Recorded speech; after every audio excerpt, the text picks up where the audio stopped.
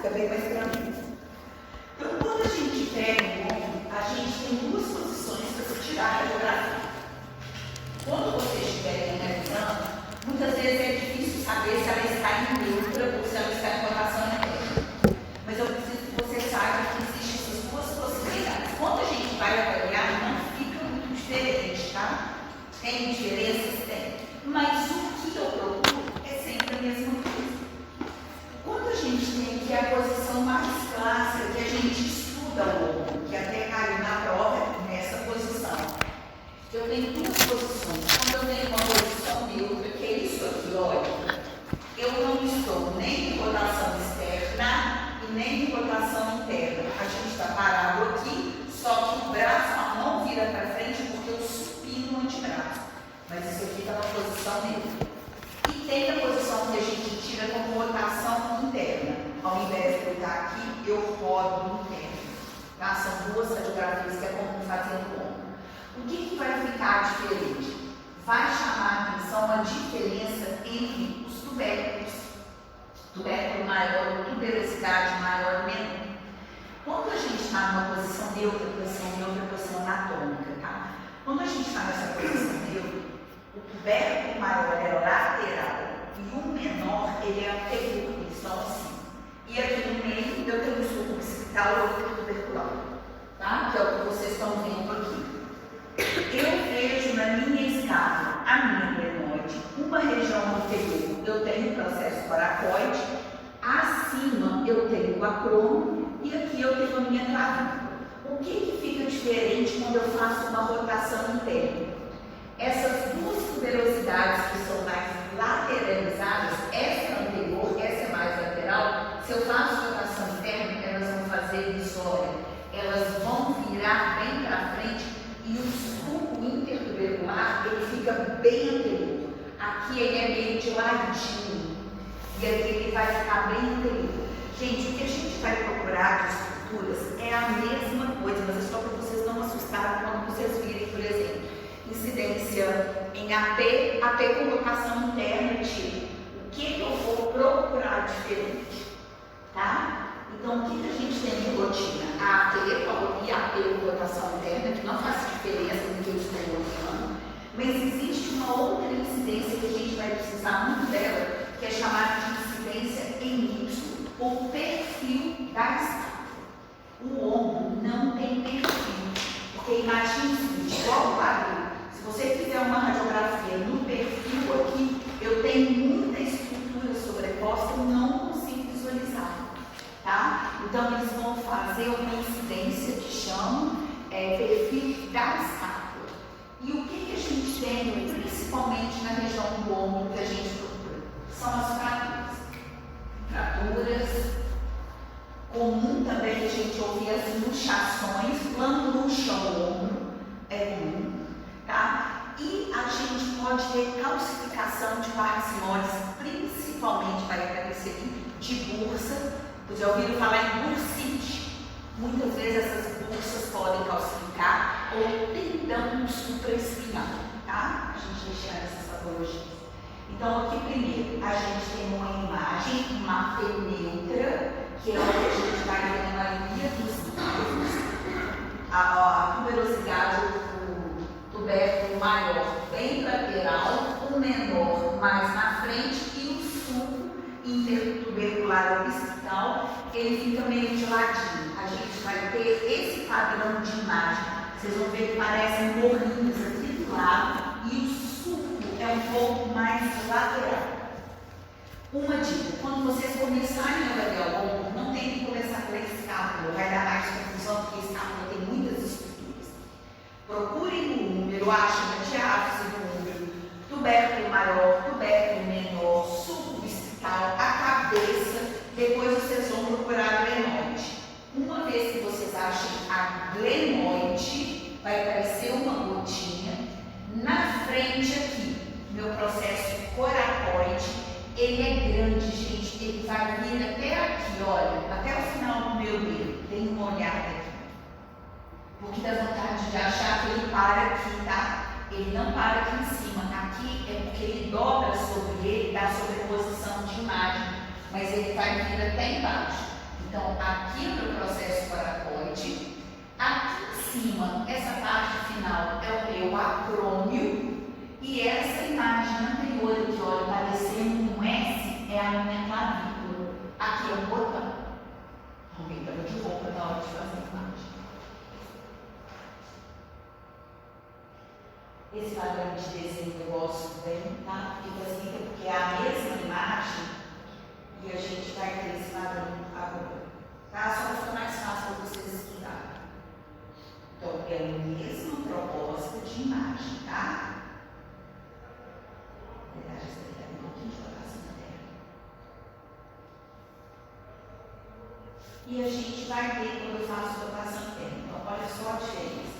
Olhem aqui. Velocidade, eu pego o maior, o sulco e o menor. Eu vou fazer uma rotação interna, vai vir tudo aqui para frente, menor. A velocidade menor vão cá de baixo. A maior agora está virada para frente e o sulco distal está bem apontado para frente. Como que a gente olha isso para diferenciar?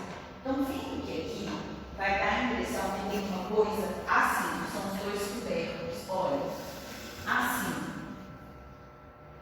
Quando vocês olharem no AP normal, a gente vai ver duas projeções assim, ó, porque elas fazem isso, olha. Olha aqui, vou voltar. Só um número que mexe?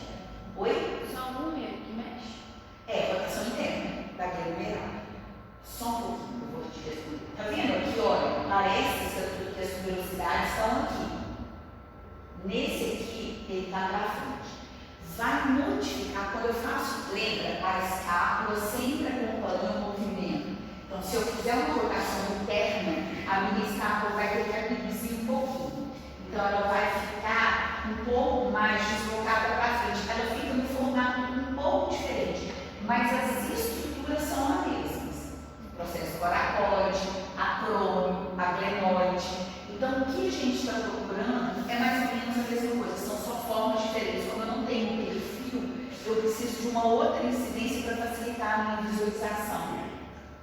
Tá? Mas eu não vou repetir na prova para vocês diferenciarem, é só porque se vocês pegarem, vocês vão achar AP em rotação interna. Lembra disso? O número só tem uma rotação, as estruturas ficam um pouquinho diferentes, a posição delas. Eu não consegui ver esse sulco tuberolar. Aqui, ó. Olha uma marca lateral aqui, uma marca lateral aqui. Esse pneu igual tá aqui, olha. Deu? Aqui também, aqui, ó. Essa imagem igual a essa, tá? As velocidades estão aqui. Aqui no meio vai formar uma depressão. Gente, depois que o olho consegue ver, o negócio grita. É muito engraçado, não é? Eu acho muito legal. Eu tava na dúvida se ali era, porque olhando assim rápido, parece que ele tá igual ao outro. De cima? Não é? Olha o outro, você vai ver que o sulco, ele fica de lado, ele fica aqui, olha, ele é de ladinho, ele fica assim. Ele faz, até um pouquinho diferente, com mais mutação externa. Ele fica meio assim, ó. O outro tá assim retinho. Gente, quando vocês treinarem, radiografia é treino. Radiografia não tem jeito, é treinar o olho. Se você não estiver sempre olhando a imagem, treinando, vendo as marcações, a imagem ela se perde. Tá? A gente acostuma, e aí, quando eu quero uma estrutura, por isso eu sou tão chata com anatomia, quando eu quero uma estrutura, na minha cabeça eu tenho que lembrar da estrutura, porque aí quando eu olho e procuro o que eu quero, a estrutura se forma melhor na minha mente, eu consigo ver mais rápido, porque sou uma super anatomia. Tá? E, então, da plena geral eu tenho essas duas, a gente vai chamar de ápice, ok? E para avaliar a escápula, a gente tem uma incidência que é chamada de incidência em Y, ou perfil da escápula. Não é do ombro, tá, gente? Quando vai fazer essa radiografia, o que eles fizeram? Pegaram a escápula e viraram a glenoide para vocês. Se vocês me olharem daqui, a minha glenoide está apontando para a janela. Lembra? A glenoide não é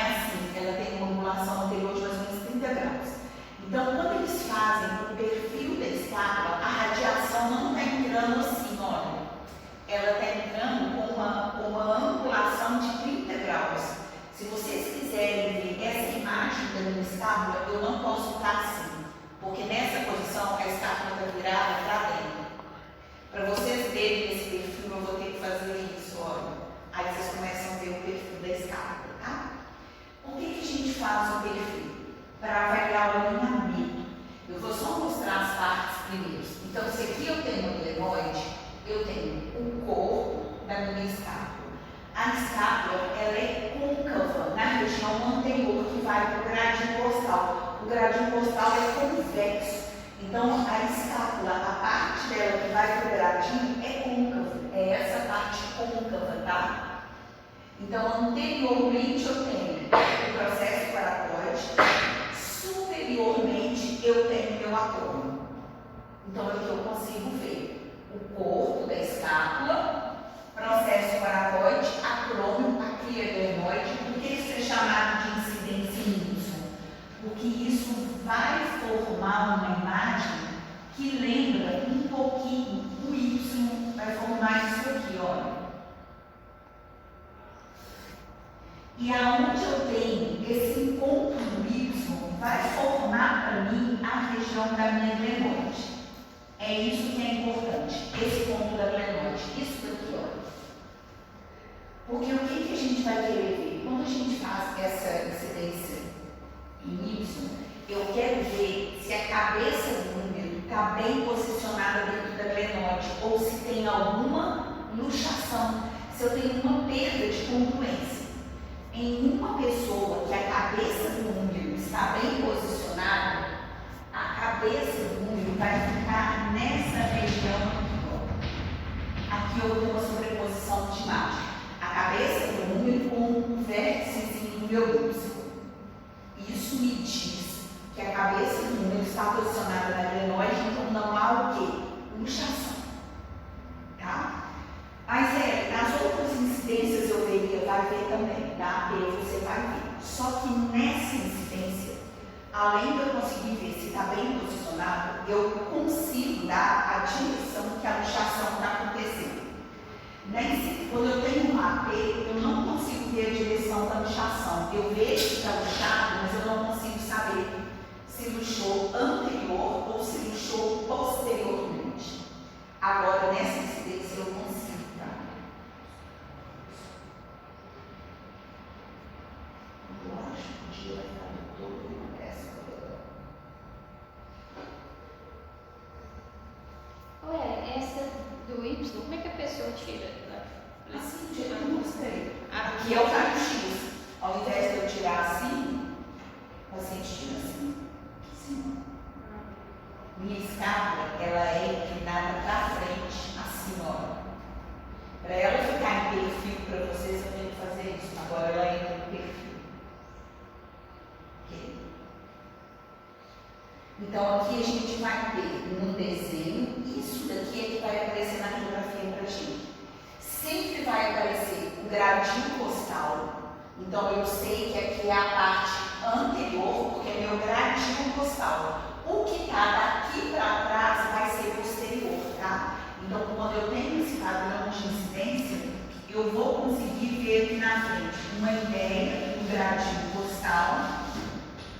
Essa parte aqui é a minha região anterior, aqui vai ser a parte posterior.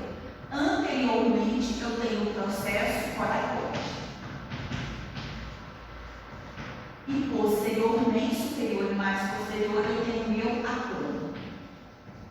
Por que eu vou lembrar disso? Porque eu tenho que ver em qual direção a cabeça do número vai na hora que ela puxar. Então, na hora que a cabeça do número sair da minha glenoide, ela tanto pode sair anteriormente, quanto ela pode sair posteriormente, ela pode sair para baixo também, mas é errado. Então a gente vai trabalhar com luxação anterior, que foi na direção do gradil costal, foi para frente, ou luxação posterior. Então eu tenho que ver para onde que essa cabeça do número foi. Se ela foi mais na direção das costelas ou se ela foi para a parte posterior da minha escápula.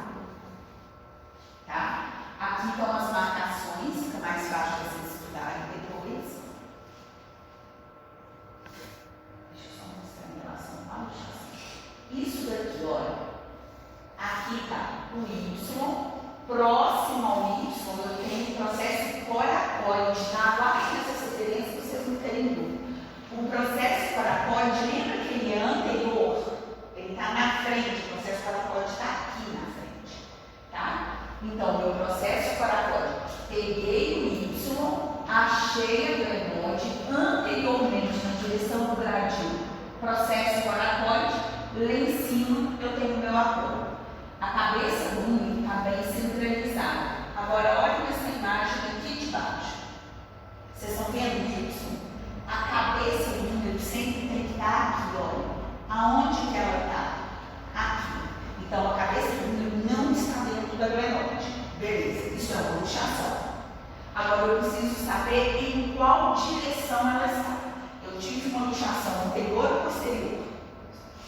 Posterior. Isso eu vou precisar. Porque é uma patologia. Você falou que ia cobrar patologia, mas tudo bem. Mas isso é uma coisa fácil da gente já começar a aprender. Então, eu tenho uma luxação, que é uma perda de congruência. Vocês poderiam até falar isso, só que a resposta vai ficar maior. Você pode falar que houve uma perda de congruência articular, onde a cabeça do número deslocou posteriormente. Ou você pode falar, tem uma luxação posterior. Mas vocês escolhem. Tudo bem? Vou mostrar o anterior. Então, ele foi para trás, na direção oposta ao gradil postal. Como ela poderia ter feito isso aqui? Olha uma coisa, gente. Isso daqui é uma AP. Vocês estão vendo corpo, cabeça do número, estão vendo que a cabeça do número não faz conexão com a glenoide. Sei que dá uma vontade desgraçada de falar que eu tenho uma luxação anterior ali. Não pode. Vocês não podem pegar isso aqui, olha, pela radiografia e garantir que isso é anterior. Sabe por quê? Lembra que existe a sobreposição de imagem? Se essa cabeça do número estiver atrás da escada, vai dar o mesmo padrão de imagem. Então, eu tenho uma AP, eu vejo que tem uma luxação. Se cai uma imagem dessa, eu pergunto qual alteração? Luxação. Perda de congruência articular. Morreu. Vocês não podem falar a direção. Agora, quando eu vejo a mesma imagem numa incidência em Y, eu vou ter isso aqui, olha. A cabeça agora está indo na direção do gradil postal. Agora eu posso garantir que essa luxação ela é anterior. Na imagem lá de cima, luxação posterior. E a imagem das duas me daria esse padrão aqui. Então, muito cuidado, tá? Quando eu tenho uma AP, pela radiografia, pela clínica, não, a gente consegue saber. Mas pela radiografia, eu não posso garantir que seja uma luxação anterior. Eu sei que está luxado. A direção correta da luxação, eu preciso ter uma incidência em Y. Tudo bem? Luxação é um problemão, depois vocês vão ver no semestre que vem, porque a grande maioria das luxações, principalmente as espontâneas, elas são anteriores. Acho que vai dar aí uns 70, 80% das luxações são anteriores. Anteriormente, a gente tem passando aqui pertinho do processo coracoide, bem de baixo, a gente tem todo o plexo braquial, mentira. A gente tem, descendo alguma não, mas grande parte da inervação de membros superiores, artéria e veia, passa exatamente aqui, ó. Na hora que a cabeça do número vem para frente, ele comprime. Aqui eles estão mostrando, por exemplo, o nervo mediano, o nervo medial, eles estão mostrando. Só que passa artéria e veia, vai ter uma patologia que causa compressão dessa região, tá? Mas isso aqui é bem importante. Então, o paciente que está com o ombro inchado tem que correr rápido para reduzir, porque pode gerar uma compressão nervosa no paciente, além de compressão arterial e venosa também, tá? A posterior na clínica, assim, só de ver, ele cai para trás? Ele vai diminuir também, ele vai abaixar. Mas é tão difícil a luxação posterior que quando a gente pega a imagem, se você entrar na internet, se você pegar livro, você vai digitar essa luxação no ombro. Só vai vir falando de luxação anterior. Impressionante. Eu nunca vi uma luxação posterior, tá? Já vi muitas vezes anterior. Na anterior, que a gente vocês vão estudar esse padrão. O que a gente viu? O ombro da gente, sabe esse formato redondo que o ombro tem? Isso é a cabeça do ombro que está aqui. Então ela empurra o deltóide está por cima, ele abre e fica bonitinho. Quando você tem uma luxação, a cabeça do ombro desce e vem para frente. Mesma coisa, ou desce e vai para trás.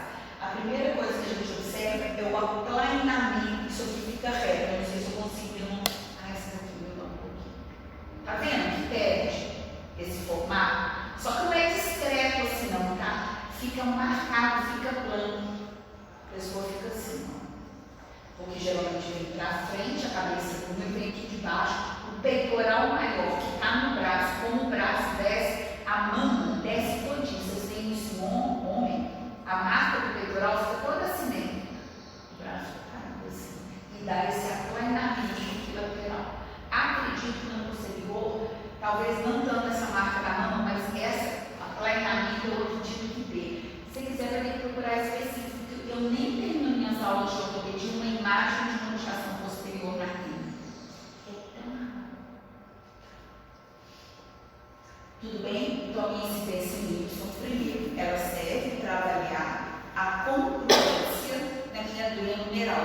Eu quero avaliar se a cabeça do número está bem centralizada dentro da minha glenoide. Então, eu avalio a presença ou não de uma luxação. Mas, além disso, apesar de hoje em dia a gente estar dando menos importância, mas durante muito tempo foi dada muita importância pelo formato do acrônimo. Lembra o acrônimo em cima? O acrônimo, em cima, ele faz aquele ar coreonumeral aqui, olha, acrônimo, processo coracoide e ligamento. Isso daqui, gente, é um teto do meu ombro. E aí eles viram que existem 3 tipos de acrônimo, que eles chamam de reto, curvo ou ganchoso, acrônimo tipo 1, tipo 2 e tipo 3. Eles vão usar essas duas nomenclaturas, tá? Isso tem a ver com posição do meu acrônimo. Então, quando a gente olha o acrônimo, a gente gostaria muito que ele fosse assim, ó.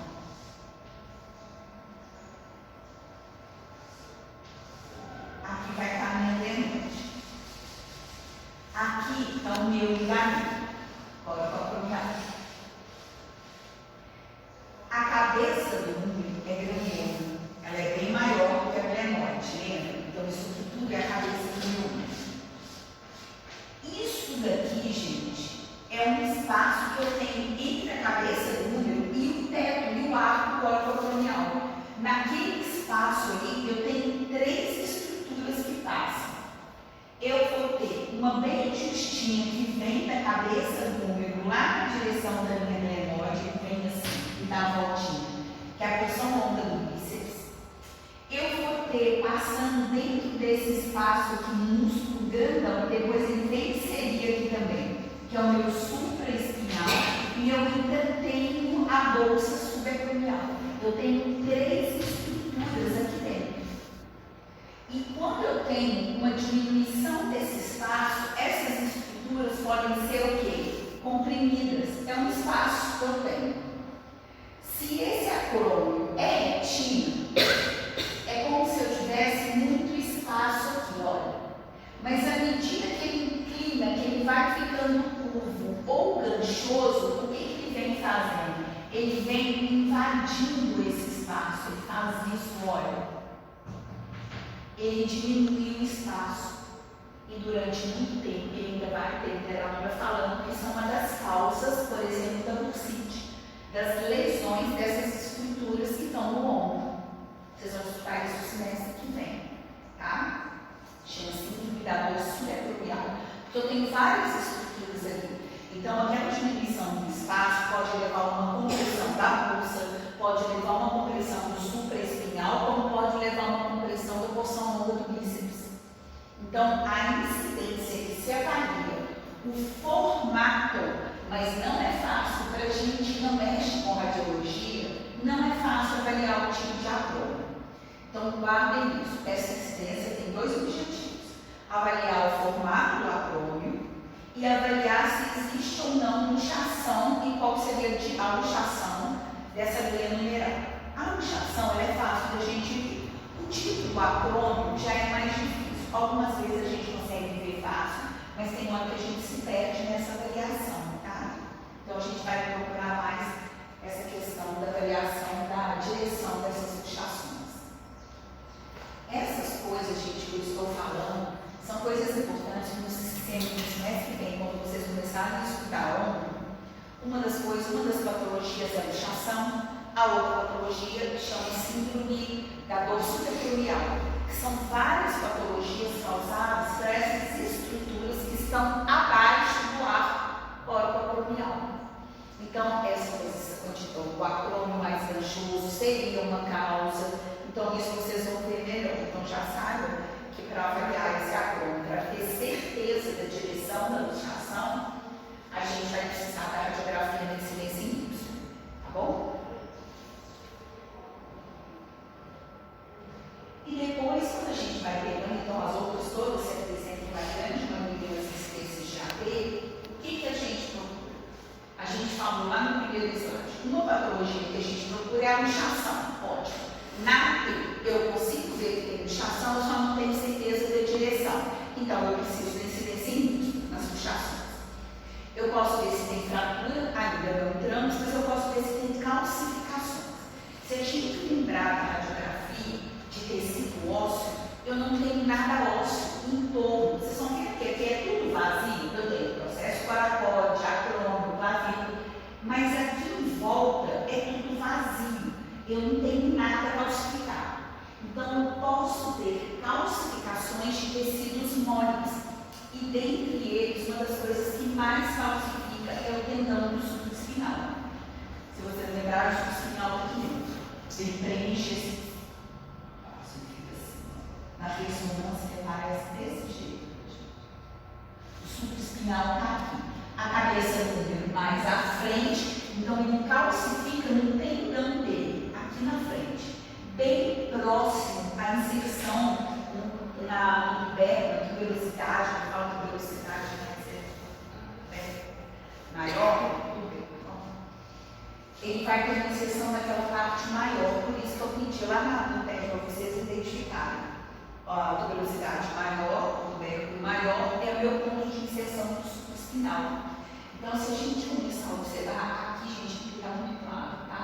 Mas aqui, olha, nas setinhas, se vocês olharem, não está tudo da mesma cor. Eu tenho uma área mais esbranquiçada aqui, mais esbranquiçada. Olha aqui que no tubérculo maior, eu vou ter uma coloração mais branca, me dizendo zona de sobrecarga. Então, isso são as calcificações que a gente vai ter do supraespinal, bem próximo a essa tela que eu faço. Olha, calcificado aqui, e olha como existe uma reação no periósteo, na região de inserção do músculo também. Olha o tamanho disso. Isso são calcificações do supraespinal. Que incidência é essa? Incidência em Y. Tá? Aqui é anterior, aqui é posterior.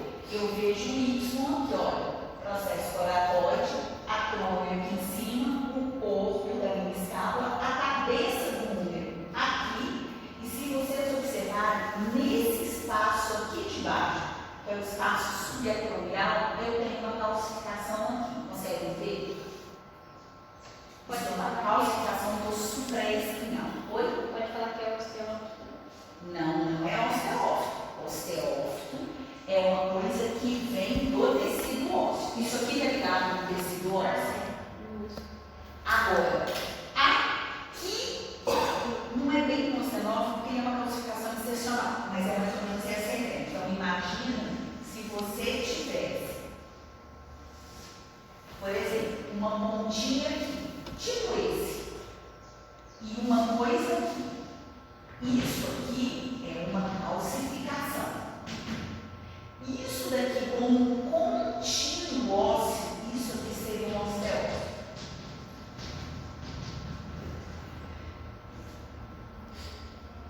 Tá? Então, se você olhar aqui, eles não têm osteófitos.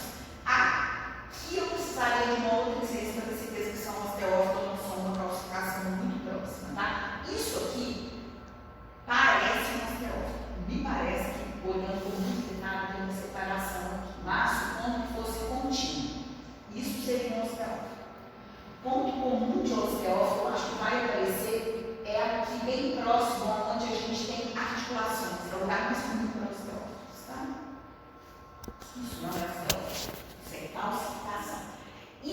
aqui branco é um aumento de densidade óssea por sobrecarga da tração que o supraespinhal pode estar fazendo ali.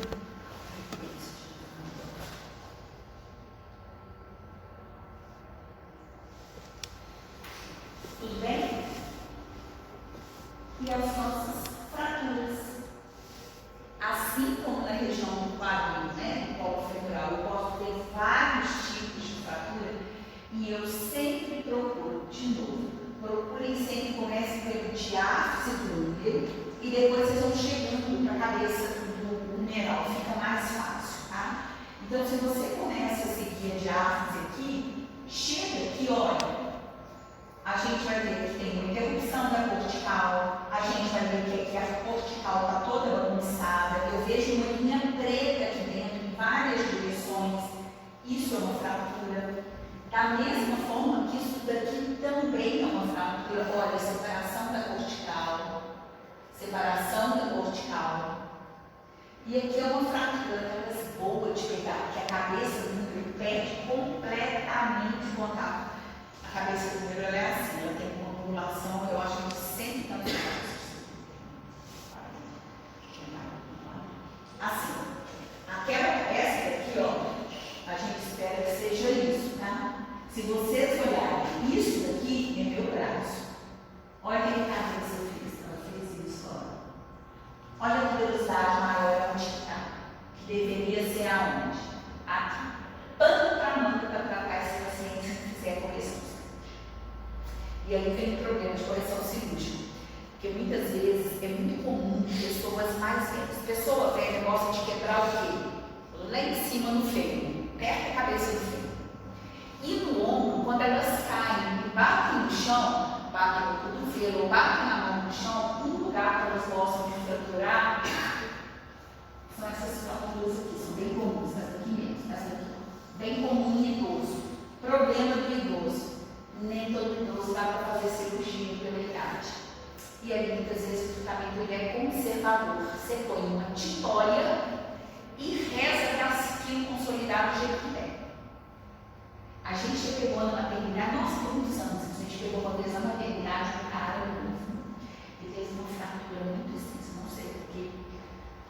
A cabeça do número dele, o número estava aqui, a cabeça do número estava aqui, separada, tá, gente? Isso, essa bolinha estava aqui. Na radiografia, os meninos, a professora não tem cabeça de número. Eu falei, tem, ele fez cirurgia, não fez, não. Tem cabeça de número em algum lugar. Isso não acha a cabeça de número, eu gostava como se fosse uma inchação. Gostava aqui na frente. E aqui, já, horroroso. A mobilidade fica horrorosa. Acontece a mesma forma aqui. Aqui esse paciente perde muito mobilidade. Porque a articulação está preservada. Vocês estão vendo que a articulação, essa aqui estou um pouquinho. Mas essa daqui, está vendo que ela está preservada? Se esse número está nessa posição, é como se o braço do paciente já estivesse em cima. Quando a gente usa a cabeça, a velocidade maior não vai entrando para debaixo do ar, essa daqui está onde? Debaixo do ar. Então, é como essa articulação está em abdução. O número não. A diáfise não, mas a cabeça do número está em abdução. Consegue entender isso? Abdução constante. Né? É, mas o braço está aqui. Mas para a articulação. Tem coisa. Mas aí se... A cirurgia. Ah, tá. Mas aí se calcifica torto assim, tem jeito? Ficou-se, cara. Porque já está visível. Se eu quisesse eliminar essas duas estruturas, se eu preservar a articulação, eu vou ter que pegar esse número e fazer isso aqui com ele, ó. Trazer ele para cá. Entende a ideia? Porque isso daqui, vamos considerar que isso aqui esteja inteiro. Isso é isso. Para isso aqui entrar aqui para baixo, isso não teve que rodar assim? Isso está rodado, mas isso aqui não. Aí você pega o paciente que está, às vezes, desse jeito, e eu não consigo ganhar. Eu falo, não vai ganhar nada mesmo, não tem jeito, não tem. Ele já está abduzindo a articulação.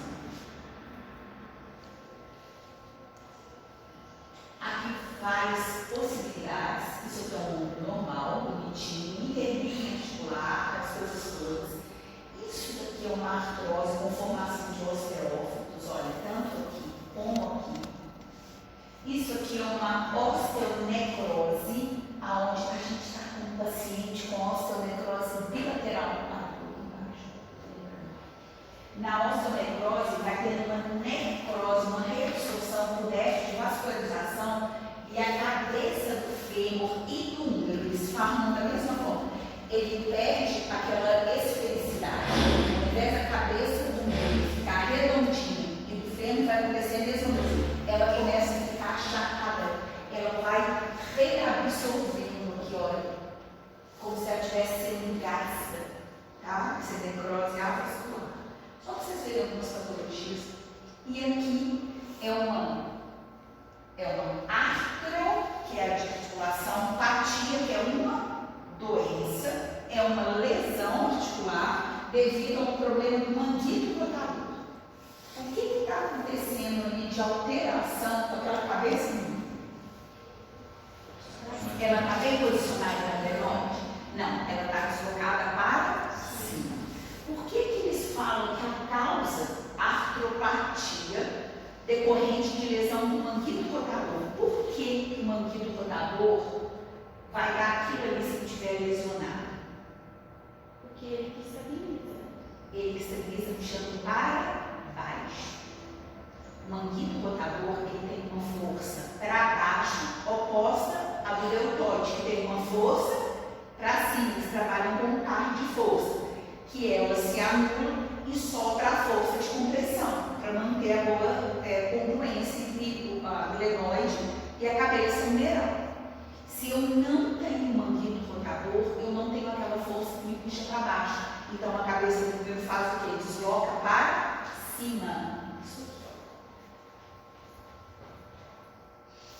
E aí, lembra do ar coracoacromial? O que essa cabeça do meu está fazendo? Esmagando as estruturas ali. Ah, então aí vai dando um monte de problema. A grande dificuldade quando a gente pensa nisso aqui é saber quem veio primeiro. Esse paciente pode ter uma bursite, ele pode ter uma inflamação do manguito rotador dos músculos. O grande problema é quem veio primeiro. Foi uma inflamação por uma overuse, ficou inflamado, diminuiu a força, não conseguiu fazer o mecanismo de tração para baixo e o úmero subiu. Resultado final. Ou eu tinha um sistema de trabalho, ou eu tive uma fraqueza da musculatura do manguito, aí a cabeça do úmero subiu, aí comprimiu ainda mais as estruturas e formou uma bursite. A gente não consegue muito saber a ordem. A vantagem é o tratamento ele vai ser, no primeiro momento a gente pensa no mesmo padrão de tratamento. Então a gente nunca sabe primeiro se foi um manguito que ficou fácil, fraco, por algum motivo e favoreceu, ou se primeiro veio uma tendinopatia que diminuiu a força e daí ele lesionou. É um trem que a gente não sabe muito ouvir galinha, sabe? A ideia é que essa. Por sorte, eu sei que meu manguito tem problema, eu preciso trabalhar com o manguito. Resumidamente, né?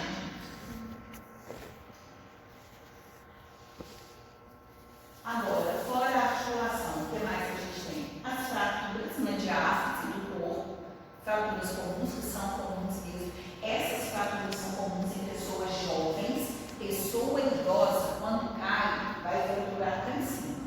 Essas fraturas no meio do úmero são muitos acidentes relacionados a acidentes de carro, acidentes de moto. Não é comum esse tipo de fratura, nem em pessoas jovens quando caem, tá? Também são traumas mais graves. Se vocês olharem, olha a diferença dessa imagem aqui em volta e dessa imagem.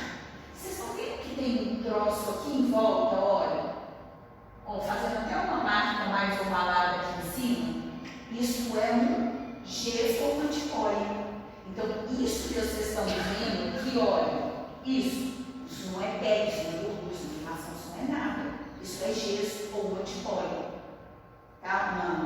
uma calha de gesso muito diferente do que vocês estão vendo aqui, olha. Aqui não tem nada. Esse daqui é uma tipóia, uma calha. Tá? Então cuidado para não achar que aquilo ali é pele. E aqui é um tratamento que se faz. Isso aqui se chama haste intramedular. Tá? Eles colocam esse sistema dentro da cortical, dentro da medula óssea. O osso tem cortical, osso esponjoso e tem a medula na parte central. Eles passam isso dentro da medula. Isso serve como estabilização para não precisar usar gesso, porque a gente hoje não tem gesso, nem superior. Eles usam isso. Aqui é uma evolução com formação do calo ósseo. Bonitinho, né? Depois tira?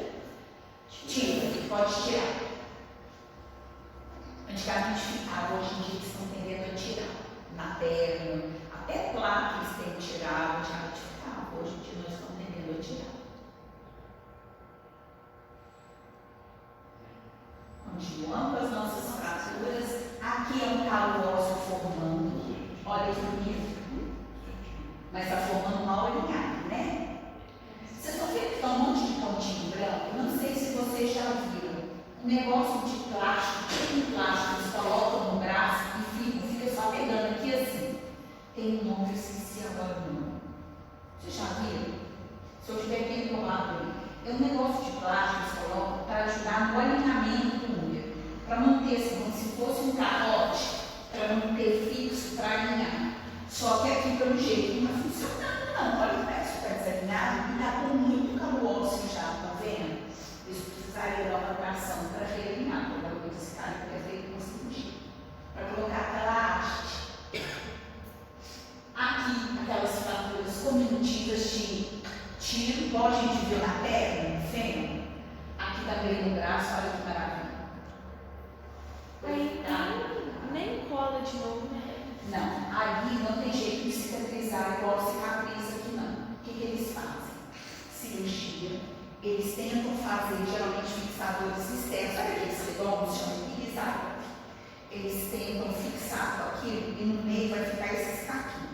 Eles fazem enxerto ósseo. O osso tem uma vantagem muito grande porque ele consolida, ele tem um metabolismo alto demais. Então ele consolida. O que eles fazem? Eles tentam alinhar isso aqui o máximo possível.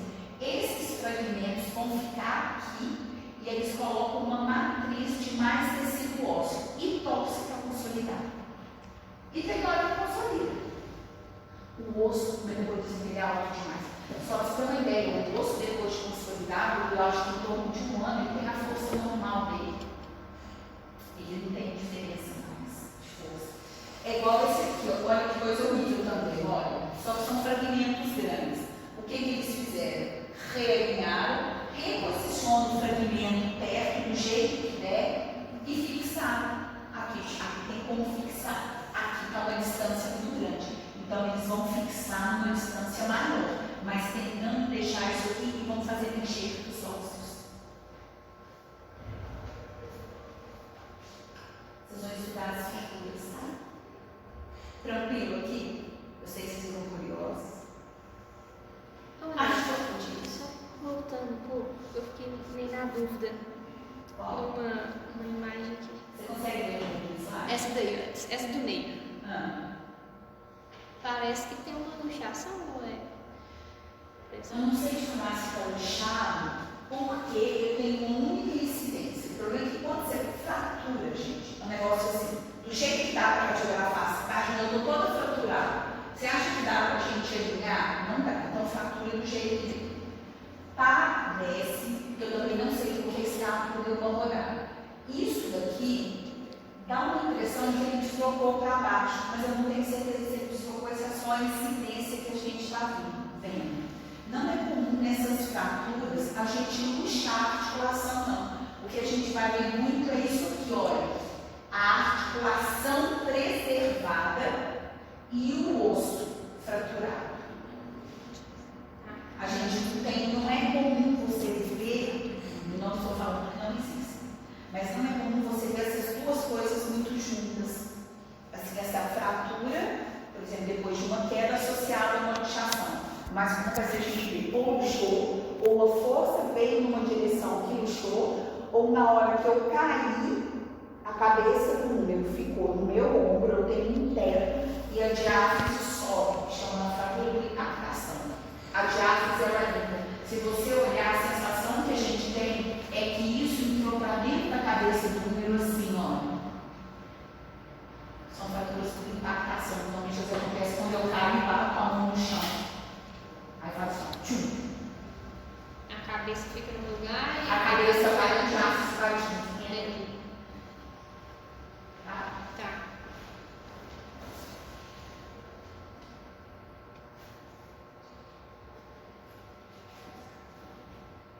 Ok? Cotovelo. O que a gente vai observar no cotovelo? A gente precisa lembrar de algumas estruturas anatômicas, porque a gente vai precisar identificar se é o cotovelo direito ou esquerdo, a gente vai precisar identificar se é rádio, se é una. Então, a primeira coisa que a gente observa, se for uma radiografia de AB, né, ou se eu estiver de frente do meu paciente, a gente sempre tende a procurar um pouquinho o rádio. Porque o rádio é esse que tem uma cabecinha redonda, ele é menorzinho, ele vai estar articulando bem em cima com o meu capítulo, que é essa parte arredondada aqui do meu útero. Eu sei que o rádio ele é lateral. Isso é importante, porque eu tenho que identificar os epicôndios. O epicôndio lateral é pequeno. O epicôndio medial é enorme. O epicôndio medial é enorme. Tá? Então, eu vou ter depois a minha unha articulando com a minha tróclea, que é medial também, e aqui o meu epicôndio, um batatão. Aqui vocês estão vendo de costas, tá? É como se eu estivesse aqui, olha, com o meu braço direito, tá? Epicôndio lateral, epicôndio medial, a cabeça do meu rádio, e aqui eu vou ter o meu oléctro. Na radiografia, a gente vai ter uma leitura como se fosse esse aqui, ok? E no perfil, eu preciso lembrar também o formato do rádio da unha, porque eu vou precisar identificar, lembrando que a unha tem o oléctro, que vai fazer essa chanfradura inteirinha aqui, né? Eu chamo de chanfradura, mas também tem censura troclear. Eu tenho uma pontinha aqui na frente, que é meu processo coronoide, tá? E o rádio vai aparecer aqui redondinho. O rádio tem uma estrutura importante, que é a tuberosidade do rádio, que é exatamente onde eu tenho a inserção do meu bíceps. E lá atrás, no meu oléctro, aqui, que representa essa partezinha aqui, eu tenho a inserção do meu bíceps. Vamos lá. Cotovelo, as incidências até o perfil, que são as mais comuns, a gente vai procurar muito fraturas e luxações. É o que a gente mais acha, tá? Então, a gente vai ter esse padrão de imagem. Aqui, eu esqueci de fazer isso com vocês lá no ombro, mas sempre tentar identificar a articulação se ela é direita ou esquerda. No ombro, como é que eu sei se é o ombro direito ou esquerdo? Eu vou olhar o gradil costal. Se eu consigo ver o gradil costal e o úmero está à direita, é o ombro direito. Se eu vejo o gradil costal e o número está à esquerda, é o ombro esquerdo. Para o cotovelo, quem que eu vou usar de referência? O meu rádio. Porque eu sei que o rádio é lateral. Então, se o rádio estiver à direita, é o cotovelo direito. Se o rádio estiver à esquerda, é o cotovelo esquerdo. Lembrem, isso é uma incidência em AB. Vocês estão vendo o cotovelo de frente, tá? É isso daqui. Dá essa impressão que vocês estão vendo, mas isso é sobreposição de imagem. Isso daqui é o meu oléctro, só que ele é posterior. Tudo bem? Então, a gente vai ter padrões assim. Eu tenho meu úmero, o que eu preciso identificar no úmero? Meu epicôndio medial, ele é enorme. Tá? Isso é uma possibilidade também de vocês falarem se é direita ou esquerda, se vocês olharem o epicôndio, tá? Lateralmente eu vou ter o meu rádio, onde eu tenho a cabeça do rádio, e eu tenho essa projeção aqui, que é a tuberosidade do rádio, onde eu estou inserindo nele o meu bíceps. Ok? Depois eu vou ter a minha unha, e a minha unha ela forma uma imagem posterior, vai ele tem dois separados nos slides, tá? São várias imagens que vocês poderem ver. E na imagem de perfil é um bololô danado. Porque o número, ele tem, por exemplo, ele tem a acróplia, que são duas convexidades, uma parte no centro mais afilada. Eu tenho um capítulo, então fica muito difícil a gente olhar o número está ali definido. O que a gente vai fazer na imagem de perfil? Eu gosto de identificar ou o rádio ou a luna primeiro. Gente, não faz. Peguem um dos dois ossos e sigam eles até o final. E tentem identificar qual osso é. Numa radiografia bem tirada, se eu conseguir posicionar corretamente, não sendo no caso de uma fratura muito extensa, nada muito estranho, o osso de baixo é a luna e o de cima vai ser o rádio. Mas eu não posso ficar confiando nisso. Então, no primeiro momento, é isso que eu penso. Então, eu venho, o de baixo é a luna? Eu venho acompanhando e vou procurar o quê? O olétro, aqui. E vou procurar em cima uma pontinha, que é o meu processo coronoide, que vem até aqui, ó. Eu vou tirar a mão, vocês vão ver, tá vendo? Esse processo coronoide, a gente tem que achar. Ele é foco de fratura. Tá? Então, a gente vai precisar sempre pensar nele. E quando eu venho procurando o meu rádio, eu venho e vou ver que forma essa cabeça do rádio aqui, olha. Essa imagem redondinha. Aqui, ó, que está marcando ali, ó, o processo coronoide, tá? Tudo bem? Então, achem o rádio, achem a luna. O que vocês precisam identificar? A cabeça do rádio. Identificou a cabeça do rádio um pouquinho para cima aqui no processo coronoide. E lá embaixo, que é da luna. E na luna eu vou ter o olétro e anteriormente o processo coronoide. São as estruturas que eu preciso identificar. Por que eu tenho que achar o processo coronoide? Se vocês olharem, o rádio ele fica assim, a luna ela é assim, olha. E a cabeça do número fica aqui. Na hora que eu tenho luxação, não é a perda de congruência entre o rádio e a luna e o número. Esse aqui, como ele está muito encaixado, ele sai para frente. Na hora que ele sai para frente, ele bate em quem? No processo coronoide. Então, toda vez que a gente tiver luxações no dedo, a gente vai procurar fratura do coronoide, tá? Não é obrigatório, mas isso pode acontecer. Então, a gente tem uma imagem que dá mais ou menos em relação a esse aspecto. Aqui dentro eu tenho o meu número. Na hora que ele luxa, ele sai, ele bate aqui, ó, e isso aqui arranca. Deixa eu voltar um pouco aqui, tá? Sim, ó. Então, eu posso ter associado uma luxação do vidro mais uma fratura do processo coronoide. Só luxa pra frente, né? Na verdade, você pode puxar tudo que é lá, o mais comum para frente. Porque atrás você tem um baita de molécula no bolso, mas pode. Se você pensar num acidente de carro. Então, vamos supor que um acidente de carro, vai ser isso, vai para trás, mas supondo que alguma coisa impactou e jogou esse número para trás. Pode, mas é mega. Para ele ir para trás, puxar para trás, o número tem que ir para trás. Tudo bem? Agora vamos imaginar na vida real. O que acontece? Supondo que eu estou num acidente de carro. Quando eu vejo que vai bater, eu posso levar a mão aqui. Na hora que eu fizer isso, vai empurrar o meu rádio e a minha luna para trás. Concorda? Que vai fazer isso, ó, não é? Na hora que fizer isso para trás, isso daqui que é. Aí o número vai indo para frente. Na verdade, ele fica indo para trás, mas é como se o número estivesse indo para frente. Quando a gente cai, por exemplo, se eu cair assim, de novo, isso está indo para trás. É como se o número viesse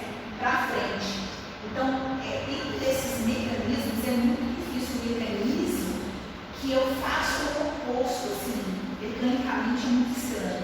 Pode se identificar com aquele jeito que você quiser. Mas na vida real, o impacto ele é mais anterior, assim.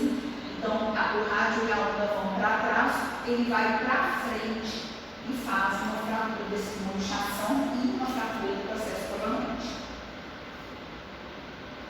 Mas eu preciso, gente, aqui está invertido a operação, porque para ficar na mesma posição, eu inverti a imagem, por isso que os números estão invertidos, tá? Porque ele era virado para cá, mas só para ficar na mesma direção, para facilitar para vocês. Tá? Então, vamos lá para as nossas alterações. Isso aqui que a gente tem, olha, em todas, ficou faltando. Vocês estão vendo que tem algumas, nos asteriscos do inimigo, os asteriscos sempre estavam dentro do rádio para ajudar vocês a diferenciar, tá? Tá doida? Tá doida no motivo de você que tá na conta.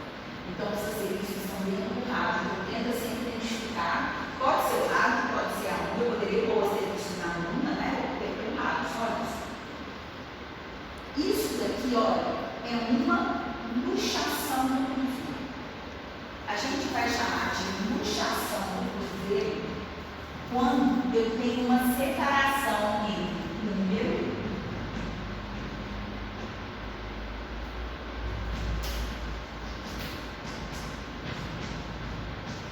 isso aqui é uma luxação de cotovelo. Eu tenho rádio e a onda juntas ainda, com articulação radionar. Então foi o meu número que perdeu o contato com o rádio e com a lua. Eu tenho uma separação, olha aqui. Aqui está bonitinho, mas eu não tenho mais o meu número dentro da minha estrutura proteária. Tá? Então, isso é uma luxação. E nessa saída, isso eu estou mostrando, olha, está vendo que ele sai muito para a frente? E quando ele sai para a frente, ele pode, não estou dizendo que faz, estou dizendo que pode quebrar. É comum que é associado. Então, sempre que vocês observarem, uma coisa que observa sem outra. Nesse caso aqui, eu não tenho. Eu tenho exclusivamente uma luxação.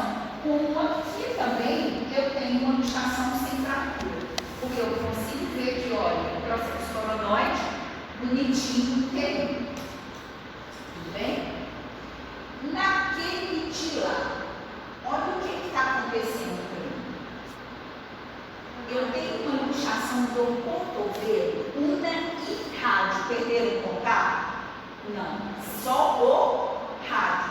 Então, isso daqui é uma luxação do cotovelo? Não. Isso aqui a gente vai chamar de luxação do rádio. E é muita coisa importante para a gente pensar, é que o rádio pode se aproximar ao distal, porque eu posso ter uma lesão na região do punho. Então, a gente identifica, se a gente não estiver falando especificamente do cotovelo, supondo que uma prova tem várias imagens e peço para identificar as alterações, você tem que falar se aproximar ou distal. Por isso que ele está com a luxação proximal de rádio. Tá? Mas supondo que na prova seja só isso aqui. Identifique a articulação. Você fala que é cotovelo. Já sei que se tiver uma luxação, é uma luxação de rádio. Tá? Na radiografia, sempre vale a pena ser o mais preciso possível. Porque eu tenho que, através da minha escrita, representar o que está aparecendo no desenho, sabe? Então, eu tenho que seja bem preciso.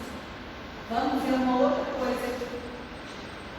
Coloquei essa questão na prova, pedi para vocês identificar a articulação. Cotovelo direito e esquerdo, a gente não vai conseguir, deveria ter uma imagem, no caso do cotovelo direito, mas a gente não sabe.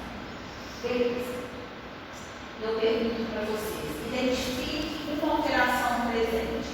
Vocês identificaram.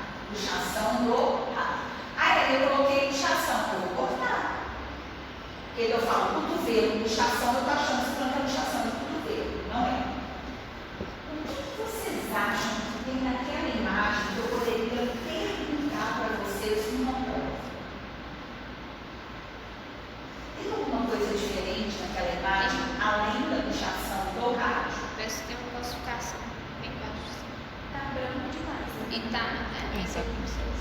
Vocês estão vendo uma imagem clara aqui, só bem sensível. tá? Ficar distorcido, mas essa imagem é muito. Vocês estão vendo que aqui dentro forma tipo uma gota, olha. Isso é sobreposição de imagem. Isso está muito claro que é sobreposição de imagem. Vocês não são obrigados a descobrir, tá? Mas é sobreposição. É como eu manipulo a imagem para ficar melhor para a gente ver o que eu quero. Muitas vezes eu consigo brancas com isso que aconteceu aqui, tá? Comparem a cabeça do rádio ali com a cabeça do rádio das outras. É a mesma coisa. Não tem uma fratura, uma separação da cabeça do rádio, não, duas partes da cabeça do rádio. Aquele fininho ali? É uma linhazinha. Isso aqui, isso é a cabeça do rádio, ok? Eu tenho uma linha preta, um troço aqui em cima. O que eu posso perguntar sobre isso para vocês? O que dá uma linha preta no final dos ossos? Pode dar. Epífise de crescimento. É uma criança. Olhem no oléctron. Vocês não estão achando que eu estou um pedaço do oléctron também, não? Olha lá no finalzinho do número, como é que tem uma entrada aqui, ó, parecendo uma fratura também, ó. Olha como que a cabeça do rádio tem uma linha inteira de fora a fora. Aquilo ali é uma epífise de crescimento. Então, eu poderia perguntar, considerando uma imagem ao lado, determine se é uma criança e explique. São epífises. Outra coisa, se vocês observarem, olha o oléctron. Olha como é que ele é grande aqui atrás, olha. Olha esse oléctron aqui, não está faltando, parece um pedaço dele aqui, porque são epífises de crescimento. Isso daqui, gente, o oléctron, claro que vocês têm que saber isso, né? Agora você já sabe. Agora tem que saber. Vocês estão vendo isso daqui, ó, aí.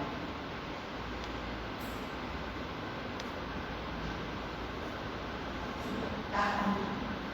Se vocês observarem, eu não sei se aqui de vocês vai dar para ver, tem uma névoazinha aqui.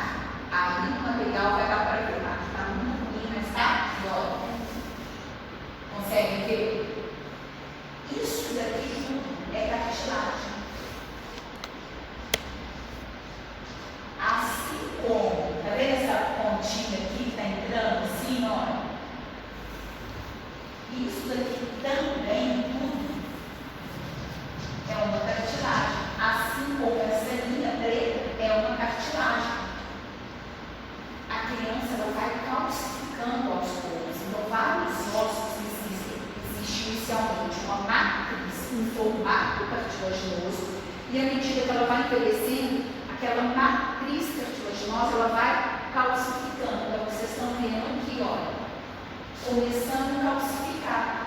Daqui a pouco, isso vai aumentando, até que isso faz isso, ó, e vira tudo uma coisa só. Isso daqui vai fazer a mesma coisa, vai começar a fechar, calcificar e virar uma coisa só. Como isso aqui vai fechar, calcificar e virar uma coisa só no futuro. Tá? Isso são epífises de crescimento.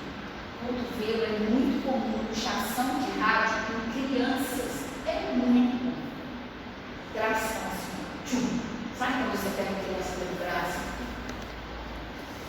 Vamos para o chão. Ali a gente tem uma coisa que eu gosto mais de tríade terrível. É quando a gente tem associações de fraturas. Geralmente, impacto muito grande, exatamente como você pôs as mãos espalmadas, seja na região anterior do carro, seja uma queda muito grande, assim, onde tem um impacto das estruturas. O rádio recebe mais carga do que a lâmina, tá? E lá na parte proximal ele é menorzinho. Então, nesses impactos, o que a gente acaba vendo? Perda de congruência, que vai ser a minha luxação. Se eu tenho luxação, eu vou correr o olho do processo coronoide. Gente, vocês não conseguem ver porque aquele desenho está lindo, é uma artícula cheia. Está vendo esse triângulozinho aqui em cima? Isso é o processo coronoide. Ele estará até em cima. Então, na hora que ele rádio veio o braço, tá vendo ele aqui, ó? Aqui é só uma fratura do coronoide, sem inchação. Mas imagina que ele quebrou e isso aqui continuou indo para frente. Então, isso aqui é o fragmento do processo coronoide. Então, eu tenho uma inchação, uma fratura do processo coronoide e ainda tem uma fratura da cabeça do rádio. Isso é o que ele chama de lesões, que são lesões intraarticulares. Isso dá um trabalho no corpo. Mesma coisa que a perda de continua, a minha certa, a gente não apareceu, só apareceu uma amarelinha aqui, ó. Tá, mas eu coloco, eu mandei mexer, tirar isso aqui. Mesma coisa, tá? Veio pra frente, aqui, ó, eles estão vendo como fragmento, processo coronoide, aqui meu número estava a cabeça toda destruída, um pedaço estava vindo pra cá. Essa daqui, a cabeça do número que era aqui, até entortou pra cima, olha. Ela era assim, ela fez isso, ó. Isso aí é a cabeça do número? Desculpa, Do rádio. Ah, tá. Então, deixa eu ajudar vocês. Inchação do cotovelo, ficou com certa perda, mas todo mundo vê aqui? Beleza. Fratura da cabeça do rádio, ficaria uma seta vermelha aqui, zero, tá? Uma seta vermelha aqui e uma seta vermelha aqui, ó, nessa cabeça do rádio.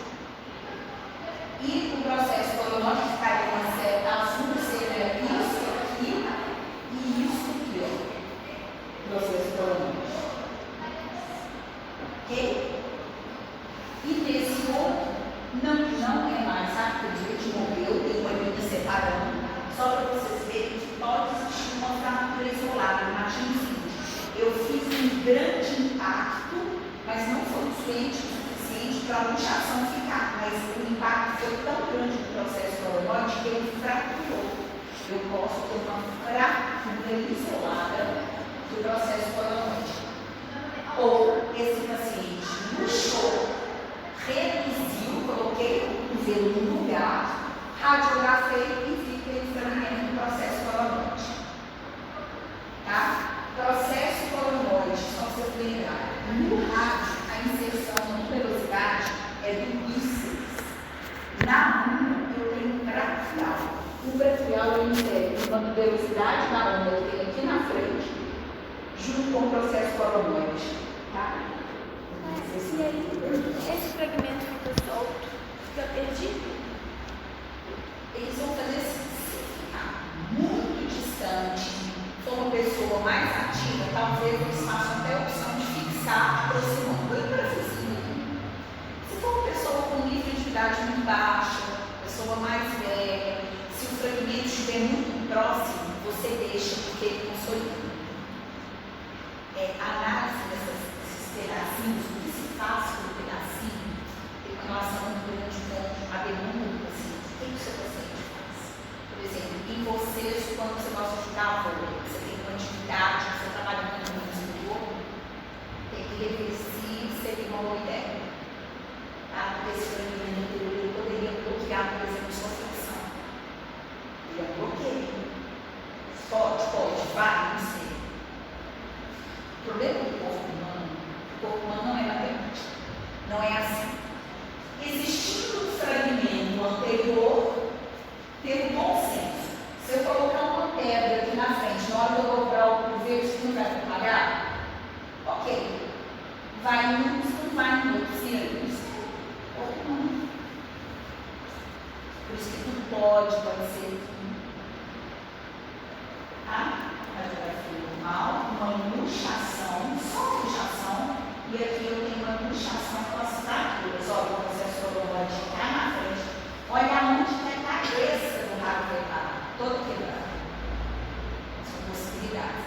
Então, quando vocês pegarem a radiografia, tiver uma história que faça lembrar uma fratura, procurem sempre isso: fratura da cabeça do rádio, fratura do processo coronoide.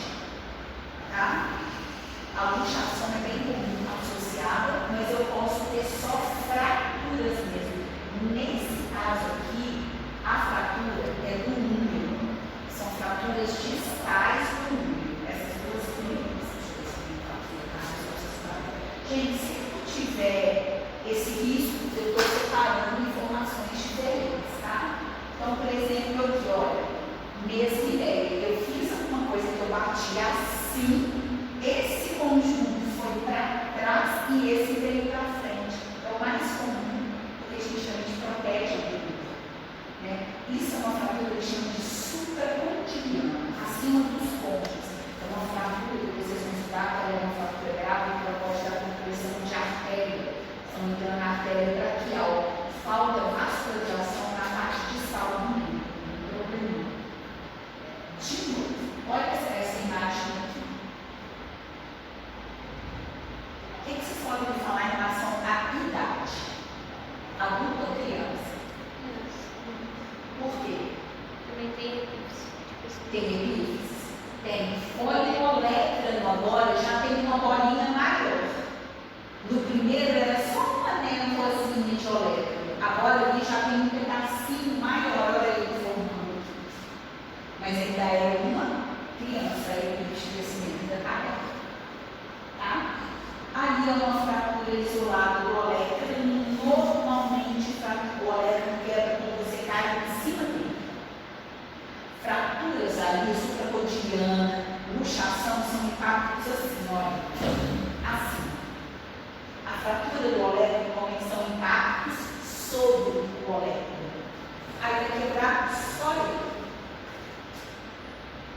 Isso aqui é o tratamento que normalmente se faz. Isso se chama fio de Kirchner. Isso aqui é uma banda de tensão, uma máquina de tensão, tá? Para ajudar a estabilizar.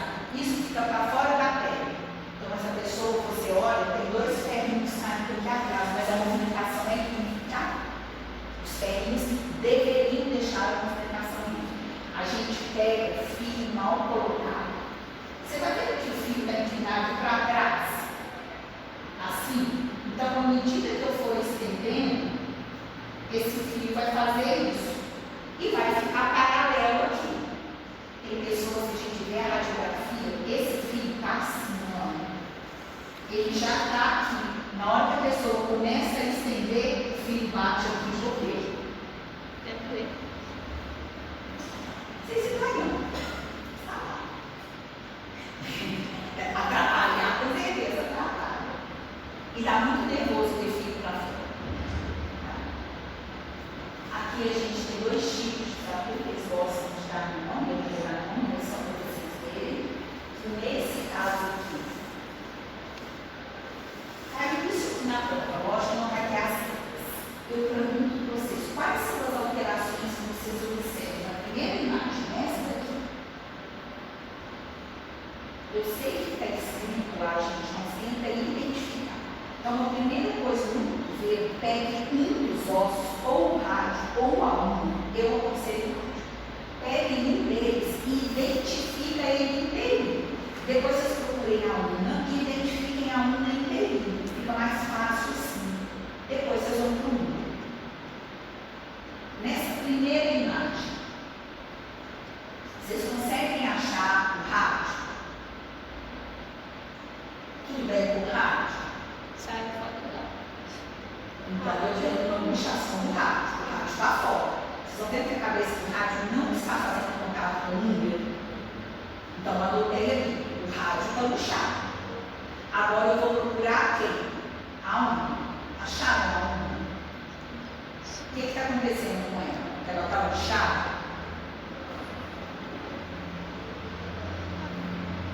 Ela não está luxada.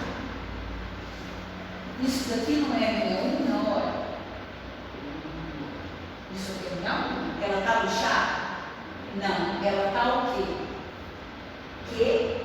Quebrada. Ela abriu isso daqui, ela está para encostado aqui, ó. Isso era para estar assim, ó. E fez isso.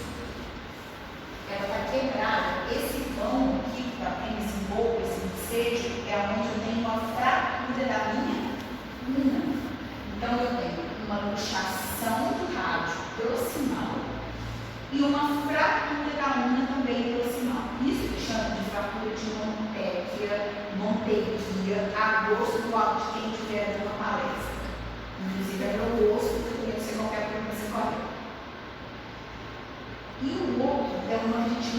viu ainda, porque a gente não viu o punho, que vai ser exatamente o inverso. Na parte distal agora, lá no meu punho, o rádio, gente, do punho é o maior. Tanto que a articulação chama radiocárpica. Porque o rádio é quem vai fazer 90% da articulação é do rádio. A unha tem uma contribuição muito pequenina, tá? Se vocês olharem aqui, eu tenho um rádio, ele está como? Quebrado. A unha está inteira, mas ela está puxada. A gente não viu ainda, mas ela está puxada.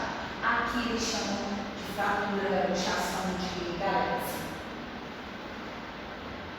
E aí são os nomes, não sei porque esses dois nomes é muito bom. Trataram pelos nomes mesmo, tá? Eu já fiz concurso, que isso cai como prova de concurso. O Monteguia, essa aqui proximal, e o Galés principal. Tá? Na minha prova eu vou perguntar qual vocês estão observando. Essa segunda fratura aí, ela pode vir só a fratura ou então a fratura? Se for, não. É fratura com. Tá. É um conjunto. É chamado, como que eles chamam de fratura luxação, uma fratura luxação. Eu tenho que ter as duas coisas. Era a fratura de Galés, ele vai ter sempre as duas coisas. Uma fratura e uma luxação. Sempre associado. É como uma fratura distal com uma luxação. É porque aqui está a fratura luxação. Mas aqui no outro eles chamam só de fratura de Galés. Como fratura de Monteguia pode vir também só fratura. Mas sempre, quando vier esses nomes, eu tenho uma fratura e uma luxação associadas. Tá? Existe uma radiografia que ela é feita do antebraço. Da mesma forma que tem na perna, eu falei que não é comum na perna você ter, ou você pega o joelho e aumenta e pega um pedaço, ou você pega o tornozelo e mais um pedaço. Aqui também o mais comum é que seja assim. Você pega o cotovelo e um pedaço, ou você pega o punho e mais um pedaço. Mas existe a possibilidade de se fazer uma radiografia só do antebraço. Se eu tiver uma fratura de radiografia de antebraço, esqueçam as articulações. Ele quer avaliar os ossos na sua parte mais longa. Então, eu vou olhar como é que está a rádio, como é que está a articulação radicular, não quero nada disso, porque eu quero só avaliar os ossos longos. E no caso que a gente vê mais são as fraturas. Mas o que eles mais fazem é isso aqui, olha. É aumentar aqui, gente, eu fui cortando por causa da prova, da aula. Mas isso aqui estende até assim, mais ou menos, tá? Isso pega quantidades grandes assim, olha, de antebraço. Tá? Não é tão cortadinho do jeito que eu coloquei ele, não.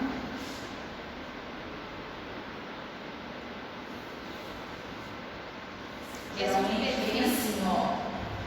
Cotovelo e o antebraço até aqui. Menisco até um pouco maior. E quando vem o punho, geralmente vem esse trecho aqui também, ó. Entenderam a ideia? É muito raro você ter só isso. A não ser que tenha colocado uma placa, uma haste, eles querem avaliar de uma forma muito direta. Se aparecer, geralmente associado a fraturas. Dentro da última articulação que a gente vai passar, depois a mão da sua identificação dos ossos, a gente tem a articulação do punho ou radiocárpica. Tá? O que chama a atenção para a gente agora? O rádio é o componente maior no seu processo estiloide. A unha, ela é pequenininha no processo estiloide dela, que é mais proeminente. Existe esse espaço grande, aqui vem aquela cartilagem triangular, tá? Mas a articulação praticamente ela é toda feita pelo rádio, isso se chama radiocárpica. E aí a gente vai precisar ir para os ossos do carro, principalmente essa primeira fileira aqui, onde a gente vai ver o trapézio, o escafoide, que é esse maior que vai na direção do polegar. Então eu tenho o escafoide, o trapézio e o primeiro metacarpo, tá? Depois eu tenho semiclunar, piramidal e pisiforme. O pisiforme ele é anterior, ele não tem na parte posterior, o pisiforme ele é anterior. Então, se eu consigo ver o desiforme assim, é porque essa mão está posicionada dessa forma, tá? Aqui, olha. Tá? A gente não consegue ver, se vocês olharem aqui, ele não tem repercussão aqui, ele é só aqui, tá? Desiforme. Desses todos, o que a gente vai gastar um tempo? O escafoide, existe uma incidência do escafoide, e a gente vai ver o alinhamento da mão com esse terceiro dedo passando dentro do capital e dentro do centro lunar. Então, vai ter para mim ali o escafoide, o semilunar, que fica do lado, e em cima do centro lunar eu tenho o capital. A gente vai ter esse perfil aqui, que é bonitinho, a tão dó, que a imagem é tão linda. Geralmente você procura de novo fratura e luxação. Por que a maioria é fratura e luxação? Fratura e luxação. Porque eu estou vendo? Posso. Se fosse um estudo de partes móveis, eu veria lesão ligamentar, lesão daquela cartilagem, cartilagem regular, com processo inflamatório. Não é. No caso do túnel, o que vai acontecer? A gente vai imaginar pela primeira vez, lembra que tudo eu falo para vocês, a imagem anatômica é essa, não é? Só que quando a gente vai avaliar o pulmão, eu vou imaginar que o meu paciente está com a mão assim, olha, chapada em cima da imagem. Eu não vou imaginar que ele está virado assim, não, entendeu? Eu vou imaginar, vou pegar a imagem do punho e da mão, vou colocar a minha mão em cima para saber se é o lado direito ou o lado esquerdo. Ok? Então aqui a gente está vendo a minha luna com seu processo estiloide. Aqui eu tenho o meu rádio grandão indo para o polegar. Eu tenho um escafoide, trapézio, primeiro meu macaco. Aqui o meu semilunar. Em cima do semilunar eu tenho o capital. Por que eu estou falando do semilunar e do capital? Porque eles fazem essa média da mão aqui. Ela vai servir para a gente de referência para ver se a mão está bem delineada. Dependendo da patologia, é uma coisa que a gente tem que avaliar, tá? Tudo bem? Olha o tamanho do nosso escafoide, tá? Existe uma incidência de perfil, que é o treino mais difícil do mundo, porque eu tenho que batalhar de ossos e todos sobrepostos. Quando a gente olha o perfil, é difícil separar o que é rádio, o que é una, tá? Dá para ver porque a una ela é mais baixa, ela vai aparecer aqui, olha. Aqui em cima, o resto todo é rádio, tá? Gente, eu nunca vou tomar uma prova mostrando só. Dois ossos que às vezes eu consigo achar que são exatamente os que estão marcados, eles são fáceis de ver, que é o semilunar e o escafoide. O semilunar, ele visto de perfil, ele vai aparecer de maneira boa mesmo. Ele é da primeira fileira, ele é mais baixo e ele está na primeira fileira. Então a gente vai ver esse formato aqui, olha, lembra até uma vértebra cervical. Em cima dele, como se tivesse sentado nele, para mim são uma capivara. Eu acho a cara de uma capivara, mas é aquele que acha que é um patinho de borracha, tem outro que acha que é não sei o que vocês quiserem. Mas em cima da minha lua, tá vendo que a minha lua está aqui, olha, vai ter exatamente esse formato. Esse aqui é meu escafoide. O resto esqueça. Não dá para ver nada. Ele vai na bacia. Hã? Capivara na bacia. Capivara na bacia. Eu falo que é uma capivara sobre, porque está em cima, não sobre, né? Mas sobre a luz do luar. Aí eu fico brincando. Mas é uma capivara sentada numa lua. Sentada numa bacia, do jeito que vocês quiserem. Mas é difícil ver, tá? Esses dois, depois com um pouco mais de treino, a gente até consegue ver, mas não é muito fácil mesmo. Ok? Então, mais para vocês conhecerem. Agora, existe uma incidência especial, que é uma incidência com desvio ulnar, ou incidência do escafoide. Quando a mão da gente está alinhada, gente, dá uma olhada aqui. O que eles fizeram? Pegaram a mão do paciente e fizeram isso, olha. Eles fizeram é melhor essa área aqui, que é onde está o escafoide. Quando a gente tira com a mão neutra, dá muita sobreposição dos outros ossos sobre o escafoide. E o escafoide é um osso que fratura muito. Então, o que eles vão fazer? Eles fazem esse desvio do lado da mina para aumentar a visualização do escafoide. Está vendo como é que aqui agora embola tudo? Quando eu viro para cá, vai embolar tudo do lado de cá. Então, nessa incidência que eu desvio, na incidência do escafoide, eu quero avaliar fratura de escafoide. Fratura de escafoide, quebra com a mão espalmada. Jovens. Jovem. Velho, quando cai assim, fratura aqui. Jovem, quando cai aqui, fratura aqui. É o mais comum. Não que possa dizer, não, hoje eu falo que é mais comum. Fratura na região da mão. Exatamente sobre o escafoide. Tá? Então, aqui falando sobre as fraturas, eu vou ter essa separação aqui, olha, entre os fragmentos, nossa, isso acontece, entre os fragmentos do escafoide. Colocaram até um fininho para fixar. A doido o escafoide tem todo o nome, porque primeiro, ele é da primeira fileira do carro, então se ele estiver fraturado, ele vai interferir na mobilidade do carro, ele causa muita dor na região do rim. E outro problema, vou desenhar esse, tá? Ele está mais ou menos assim, ó.